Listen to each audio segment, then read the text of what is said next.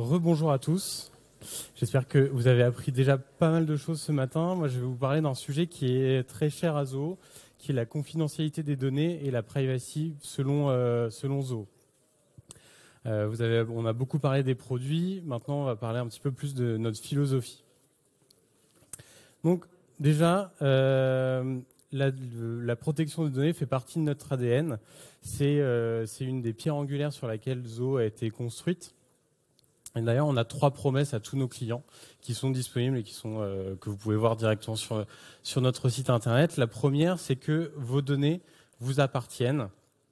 Quand vous êtes client Zoho, vous stockez, vous nous faites confiance pour stocker les données de vos clients. Et ces données, vous pouvez les reprendre quand vous voulez. Vous pouvez exporter. Si demain vous nous quittez, on sera triste, mais on vous donnera avec plaisir toutes vos données. Le deuxième point qui est important, c'est que Zoho ne profite pas de ces données. Donc je le disais à l'instant, vous êtes propriétaire des données, mais ça veut aussi dire que Zoho ne va pas suivre ce que vous faites dans vos outils. On n'a aucune visibilité sur ce que vous faites. Par exemple, si vous utilisez notre outil PageSense d'analyse de comportement sur les sites Internet, Zoho n'a aucune visibilité sur ce qui se passe sur vos sites Internet.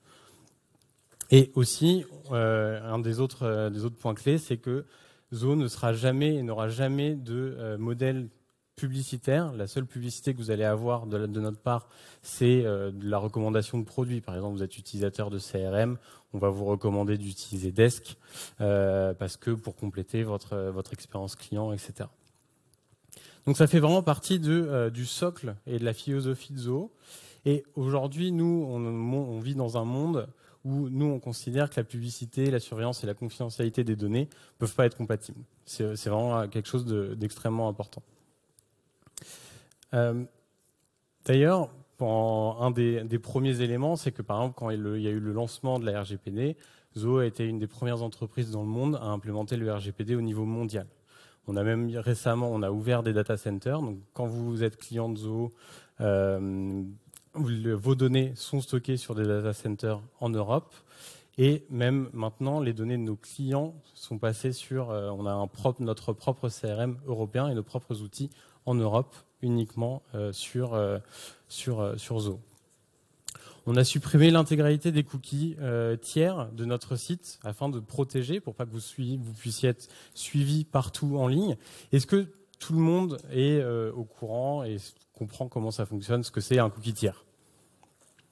Donc les cookies tiers, c'est tout ce qui va vous suivre quand vous acceptez les cookies. D'ailleurs, petite question, est-ce que vous faites partie de l'équipe « j'accepte tout, quoi qu'il arrive » sans vraiment regarder? Il y en a quelques-uns, soyez honnêtes.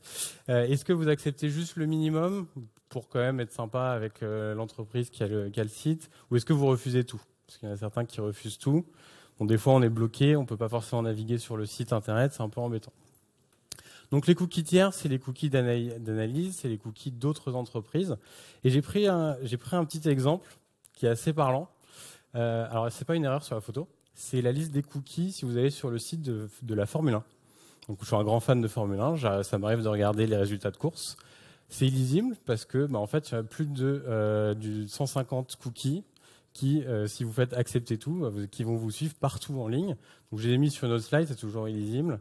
Donc, c'est tous les réseaux sociaux, tous les Facebook, etc.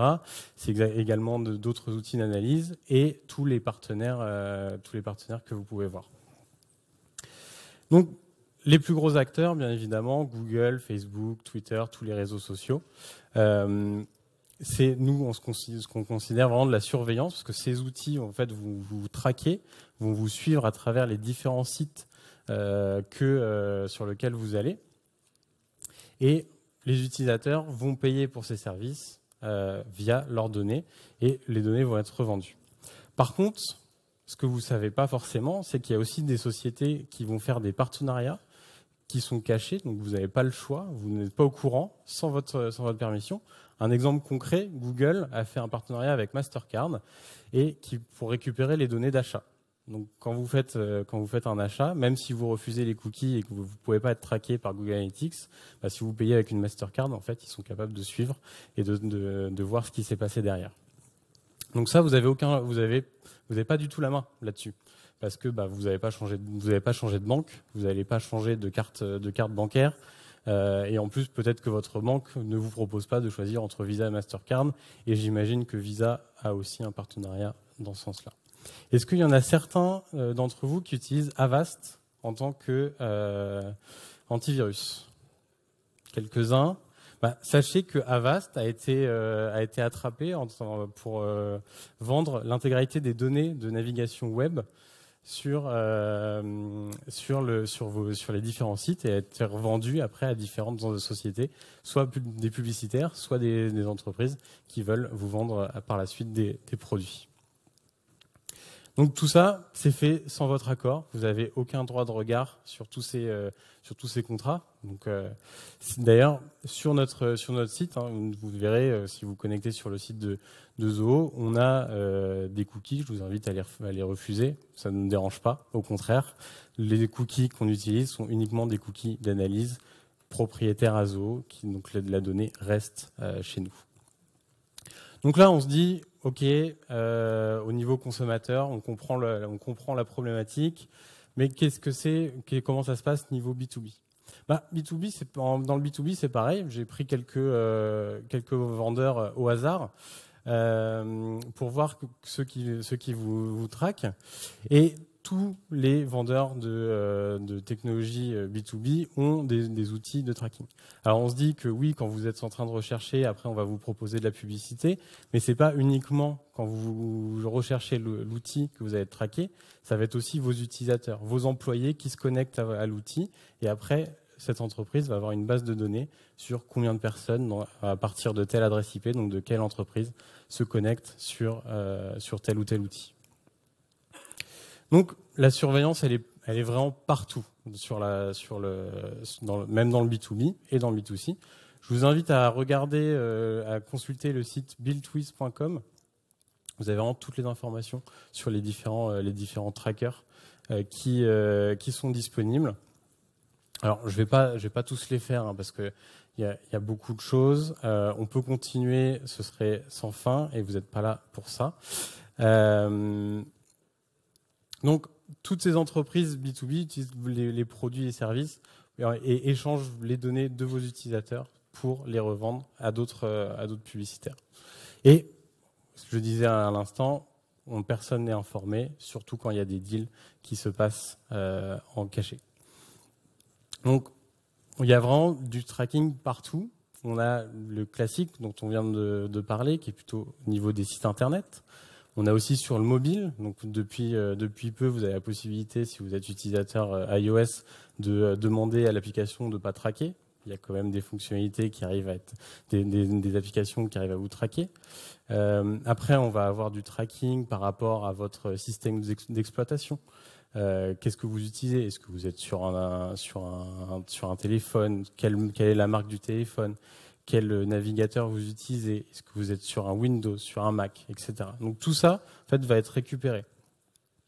L'automobile, c'est pareil. Les voitures sont de plus en plus intelligentes. C'est de plus en plus un ordinateur sur roue.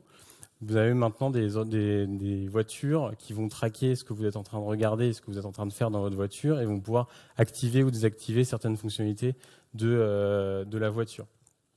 Tout ça sans que vous ayez vraiment le contrôle. Parce que si ça sort sur une mise à jour, vous n'avez pas le choix que d'accepter si vous voulez continuer à conduire. Les téléviseurs, c'est le pire. Alors j'imagine que beaucoup d'entre vous ont une télé, une Smart TV qui est probablement connectée à Internet parce que c'est quand même beaucoup plus simple pour se connecter à Netflix. Est-ce que vous savez que vos télés sont aujourd'hui construites avec une technologie qui permet aux fabricants de télé de consulter ce que vous êtes en train de voir et à pouvoir vous proposer après d'autres publicités. Est-ce que vous êtes au courant? Certains? Quelques-uns? Est-ce qu'il y en a qui apprennent cette information? Est-ce que certains d'entre vous ont entendu parler de la marque de télé Vizio aux États-Unis? Alors c'est une marque de télé que vous pouvez acheter dans le commerce, dans tous les boutiques. À savoir que donc Vizio, c'est une société qui est publique, qui est cotée en bourse, donc on peut avoir ses résultats.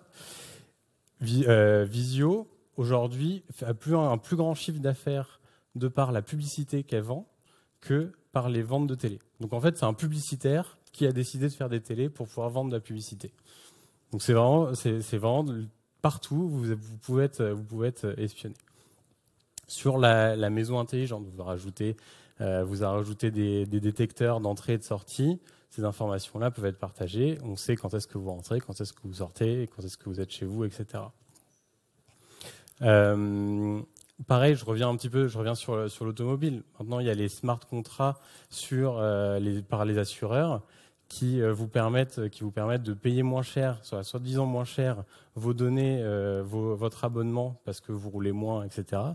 L'assureur, en fait, récupère toutes vos informations. Vous sait exactement où vous allez, où vous partez, quelle boutique vous êtes allé voir, combien de temps vous êtes resté garé dans le parking du Carrefour, etc. Les trackers de fitness, c'est aussi un problème. Par exemple, le FBI s'est rendu compte il y a quelques années que des bases secrètes dans des pays étrangers avaient été repérées parce que quand on se connecte à son application de suivi pour faire du sport et qu'au milieu du désert, il y a des gens qui font des tours tous les jours, en fait, c'est une base qui n'est pas référencée sur Google Earth, mais qui en fait est cachée. Donc maintenant, le FBI a interdit à tous les militaires aux États-Unis d'utiliser toutes ces applications de suivi. Donc chez Zoho, on considère ça, donc il y a deux parties, ce qui est légalement acceptable, ce qui est moralement acceptable. Et nous, on a un point de vue qui est très ferme, qui est Zoho refuse de faire partie de cette industrie, de cette pratique. Et vraiment, vous êtes propriétaire de vos données. Vous pouvez nous quitter à n'importe quel moment. On n'a pas de modèle avec des contrats sur 3 ans. Vous pourrez vous rester prisonnier. Vous pouvez nous quitter à n'importe quel moment, exporter toutes vos données et récupérer le contrôle de toutes vos données. Donc, c'est pas juste, on vous dit ça, je vous dis ça aujourd'hui sur scène, mais on l'a vraiment fait. C'est-à-dire qu'on a supprimé l'intégralité de Facebook, tout ce qu'on pouvait avoir, les likes, les pixels pour vous traquer, tout ça de notre site internet. On a supprimé Google, donc on a supprimé Google Analytics, ce qui peut être embêtant. Moi, je travaille au marketing. J'aimerais bien savoir quel est le comportement de mes visiteurs sur le site. Du coup, après, on a lancé PageSense parce que on trouve qu'il y a un marché potentiel. On veut respecter la donnée de nos clients. On crée un outil. On a supprimé Twitter parce que quand vous avez un tweet qui est sur une page, en fait, Twitter est capable de voir ce qui se passe sur la page et les différentes interactions que vous avez. On a retiré l'intégralité des trackers qu'on peut avoir avec des partenaires. Donc, on a 0 tracker de publicité sur notre site. Et d'ailleurs, ne nous croyez pas sur parole. Vous pouvez aller voir directement sur notre site. Il y a 0 tracker. Donc ça, c'est une des fonctionnalités sur Safari, sur le Mac, qui vous permet de détecter le nombre de trackers qui sont sur chaque page. Et sur Zoho, vous en avez 0. Je vous invite à regarder par vous-même. Donc, tout ça, ça a un coût. Je le disais à l'instant, moi je travaille au marketing, je fais une campagne sur LinkedIn parce qu'on est quand même obligé d'utiliser LinkedIn, on est quand même obligé de faire de la publicité sur Google. Aujourd'hui, c'est quelque chose qui est obligatoire. Mais ça veut dire que on va investir, on va pas forcément avoir exactement le retour sur investissement. Mais pour nous, c'est un investissement qui est nécessaire pour respecter la vie privée de tous nos utilisateurs et de tous nos clients. Donc, Sridhar l'a mentionné pendant sa session aussi, on ne fonctionne pas sur un cloud public. Tout le monde voit ce que c'est un cloud public. C'est tous les vendeurs AWS, Google Azure, OVH, etc. Donc Zoho est propriétaire de l'intégralité de son stack technologique, ce qui nous permet de rationaliser les coûts et de vous les redonner pour nos clients. Mais ça nous permet aussi de ne pas avoir de modèle de publicité. Parce que toutes ces entreprises, AWS, Google, Microsoft, ils ont des modèles après de publicité. Amazon, d'ailleurs, il y a eu au Congrès aux États-Unis, une enquête où ils ont interrogé Jeff Bezos sur l'utilisation des données AWS au profit d'Amazon sur le site Amazon.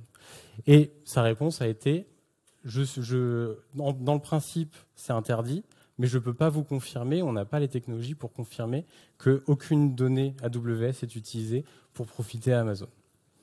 Donc après, à vous de faire confiance. Et toutes ces sociétés fabriquent également d'autres outils qui vont vous permettre de vous traquer, qui sont les navigateurs.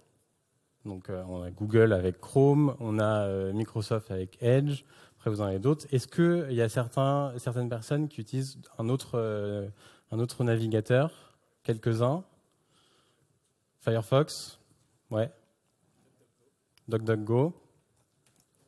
Des bonnes alternatives justement pour se protéger de tous ces suivis.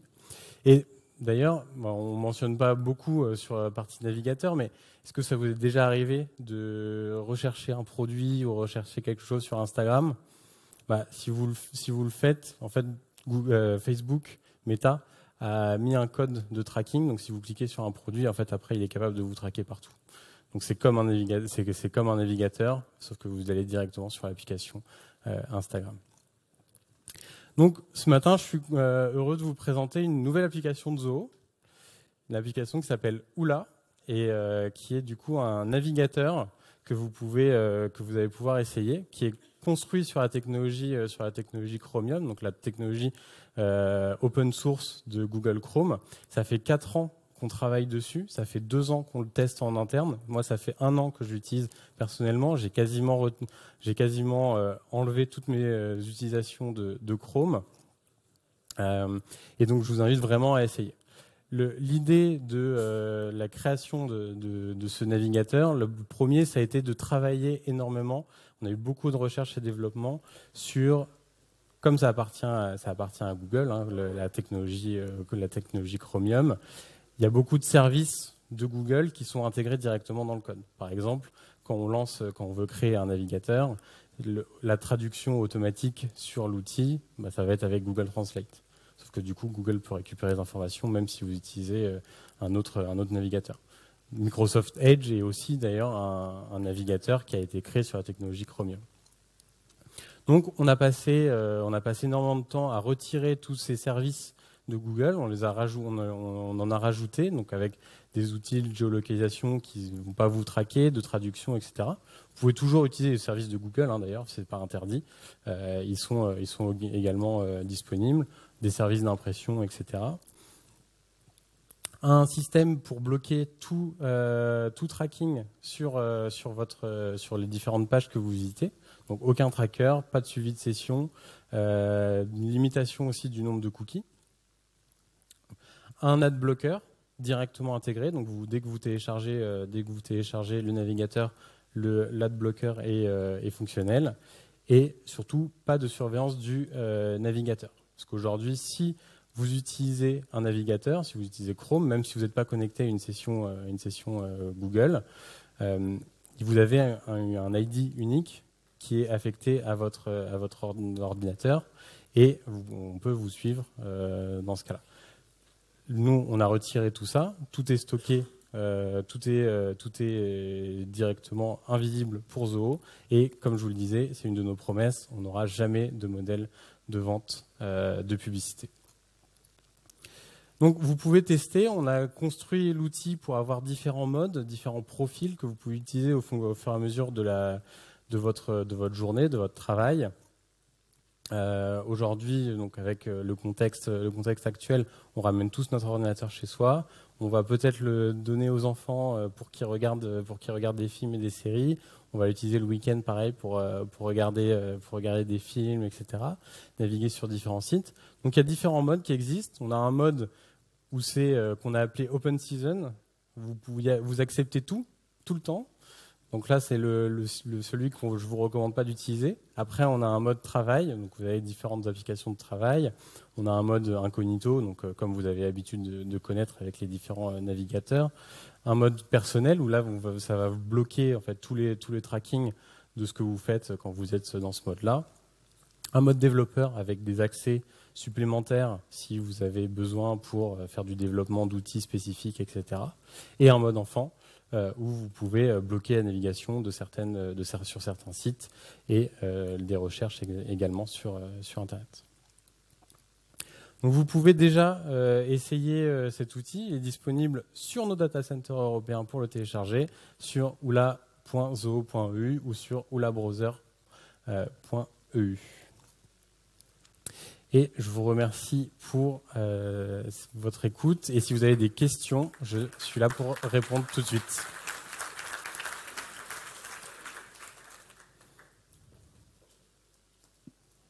Merci sur le tracking et bravo pour ce nouveau logiciel.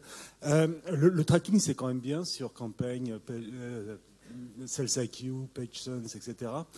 Il va y avoir la fin des cookies. Comment vous voyez les choses de ce point de vue-là pour ces trois produits? Alors, sur l'utilité qu'on a chez Zoho, nous, on a un certain nombre d'outils. Le secret, c'est que nous, notre point de vue, c'est que tant que l'information reste chez vous, après, c'est votre politique de confidentialité des données. Et c'est la force de Zoho. Parce qu'à l'inverse, par exemple, quand vous utilisez Google Analytics, c'est gratuit, c'est un outil qui est exceptionnel, qui fonctionne très très bien. Mais pourquoi c'est gratuit? Parce qu'en fait, Google va pouvoir capter l'intégralité de la donnée et l'utiliser après à des fins publicitaires. Quand vous utilisez SalesIQ, donc vous faites de l'IP, du tracking d'IP, c'est uniquement pour votre entreprise et Zoho, encore une fois, n'a aucun regard sur ce que vous faites. Oui, bonjour. Moi, j'ai une petite question sur le desk, en fait, parce qu'on a un gros souci chez nous. Tous les clients qui sont sur Safari actuellement, qui veulent créer un compte sur le desk, doivent décocher la case Prevent Cross-Site Tracking, qui est dans Safari. Sinon, ils ne peuvent pas créer de compte. Et donc, on est obligé de leur demander de passer par Google Chrome. C'est un très gros problème, parce que nous, on est essentiellement sur Mac. Tous nos clients sont sur Mac. Donc, est-ce que ça, c'est quelque chose, puisqu'on est dans les cookies et la sécurité, qui va changer? Enfin, on espère. Alors, c'est quelque chose qu'il faudrait que je regarde directement avec l'équipe technique pour ça, parce que j'avoue que j'ai pas les connaissances là-dessus. Mais merci pour la question. Bonjour, merci pour la présentation. J'avais deux questions suite à la présentation. La première concernant le navigateur. Est-ce la puissance des navigateurs comme Chrome, Firefox, c'est aussi l'utilisation des extensions? Est-ce que sur Oula Browser, il y aurait cette possibilité maintenant ou plus tard? Et ma deuxième question, c'est vu l'orientation que prend Zoho avec la création d'un navigateur, est-ce qu'il est envisagé de créer un système d'exploitation plus tard? Alors, pour la première question, oui, et j'aurais dû le mentionner pendant la session, c'est un des gros avantages justement d'utiliser la technologie Chromium, c'est que toutes vos extensions peuvent être récupérées directement sur Oula. Vous avez toutes vos extensions qui fonctionnent. Moi, j'utilise mon password manager, j'utilise d'autres outils pour faire des captures d'écran, etc. Toutes ces extensions sont déjà intégrées et en fait peuvent être récupérées même quand vous téléchargez l'outil sur votre ordinateur. Ils vont repérer que vous l'avez sur Chrome et vous pouvez l'importer directement. C'est automatique. Sur le système d'exploitation, je vais pas commenter sur les futurs produits potentiels, mais on a plein de sujets ouverts dans nos labos sur différents sujets et notamment sur le système d'exploitation. On considère que Zoho One est déjà le système d'exploitation de l'entreprise. Donc, est-ce qu'on ira au-delà un jour? Peut-être. Merci beaucoup.